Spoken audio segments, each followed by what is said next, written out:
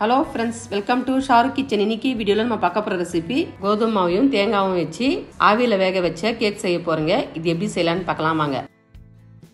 Cake செய்ய first ஒரு mixing பவுலில் 1 கப் கோதுமை மாவு எடுத்துக்கலாம். கூடவே 3/4 கப் துருவன வெல்லத்தை சேர்த்துக்கலாம். வெல்லத்துக்கு பதிலாக நாட்டு சக்கரை கூட சேர்த்துக்கலாங்க. கூடவே 1/2 கப் தேங்காய் துருவலை சேர்த்து 1 டீஸ்பூன் கருப்பு எள்ளு சேர்த்து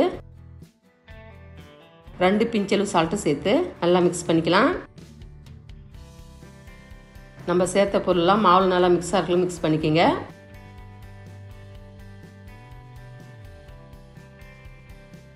இப்போ காய்ச்ச ஆற வச்ச பாலை 3/4 கப் சேர்த்து நல்லா மிக்ஸ் பண்ணிக்கலாம்.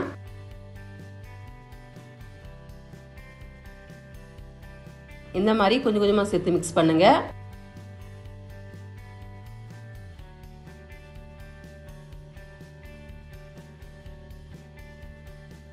இது ரொம்பவும் திக்கா இருக்கிறதுனால இன்னொரு 1/4 கப் பாலை சேர்த்து நல்லா மிக்ஸ் பண்ணிக்கலாம்.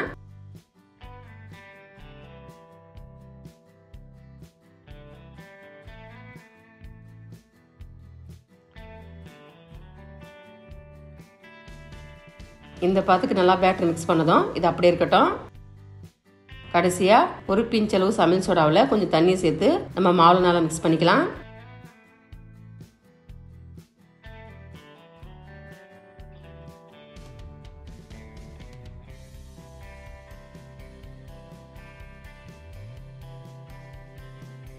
இந்த அளவுக்கு நல்லா மிக்ஸ் ஆனதும் அடுத்து இந்த மாதிரி சின்ன சின்ன கிண்ணத்தை எடுத்துக்கலாம். இப்போ ஒரு ப்ரஷ்ஷை வச்சு நெய்யால் நல்லா அப்ளை பண்ணிக்கலாம். அப்போ தான் நம்ம கேக் நல்லா ஒட்டாமல் வருங்க. நம்ம கேக் செய்யும் போது வாசனை இல்லாத சன்ஃப்ளவர் எண்ணெய் இல்லது நெய் சேர்த்து செய்வீங்க. இந்த கேக்கு எதுவும் அவசியம் இல்லை. இப்போ எல்லா கிண்ணத்துலையும் நெய் அப்ளை ஆனதும் நம்ம ரெடி பண்ண பேட்டரை 2 கரண்டியில் சேர்த்துக்கலாம்.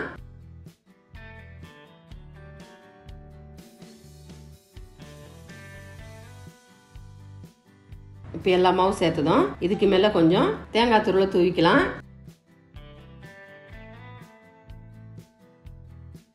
இந்த மாதிரி ரெடி ஆனதும் இது அப்படியே இருக்கட்டும்.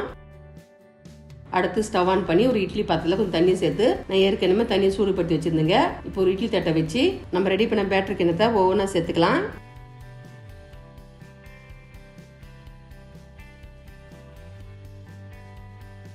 இப்போ மூடியை போட்டு மூடி 15 to 20 நிமிஷம் அப்படியே வேகட்டுங்க.